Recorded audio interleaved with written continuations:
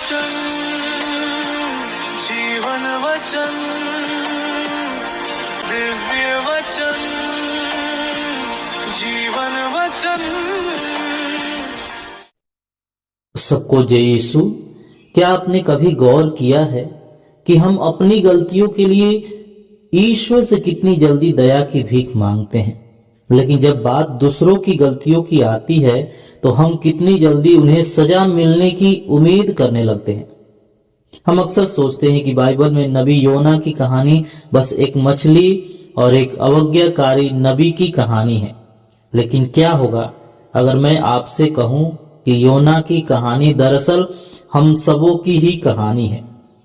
आज चालीसा के इस पवित्र सफर में आइए हम एक ऐसा आईना देखें जो शायद हमें थोड़ा असहज कर दे, लेकिन अंततः हमें मसीह के असली प्रेम की ओर ले जाएगा। आइए हम आज के पाठों को सुने और फिर प्रवचन पर मनन चिंतन करें और अपने आप को जांच कर देखेंगे कि क्या हम भी तो योना नहीं है। पहला पाठ योना अध्याय 3 पद संख्याएं 1 से 10 तक। प्रभु की वाणी योना को दूसरी बार यह कहते हुए सुनाई पड़ी, उठो महानगर निनिवे। संत लूकस के अनुसार पवित्र सुसमाचार अध्याय 11 पद संख्या 29 से 32। भीड़ की भीड़ उन सबको जय यीशु। ख्रिस्त में प्यारे भाइयों और बहनों, आज जब हम इस पवित्र चालीसा काल में हैं तो ईश्वर का वचन हमारे सामने एक आईना रखते हैं।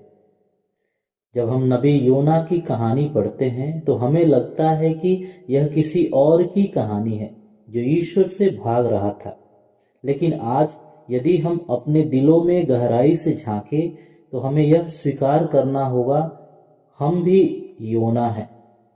प्यारे भाई और बहनों, जब हमने बपतिस्मा ग्रहण किया था तो हमारे जीवन में एक बहुत बड़ा बदलाव हुआ था। हमने केवल पाप और शैतान के अंधकार को त्यागने की प्रतिज्ञा नहीं की, बल्कि हम ईश्वर के संतान बनने और हमें मसीह के नवीय कार्य का हिस्सा बनाया गया। एक नबी के रूप में हमारी बुलाहट है कि प्रभु नबी एजेकियल का ग्रंथ अध्याय 33 पद संख्या 11 में ईश्वर कहते हैं, अपने अस्तित्व की शपथ, मुझे दुष्ट की मृत्यु से प्रसन्नता नहीं होती, बल्कि इससे होती है कि दुष्ट अपने मार्ग से फिरे और जीवित रहे।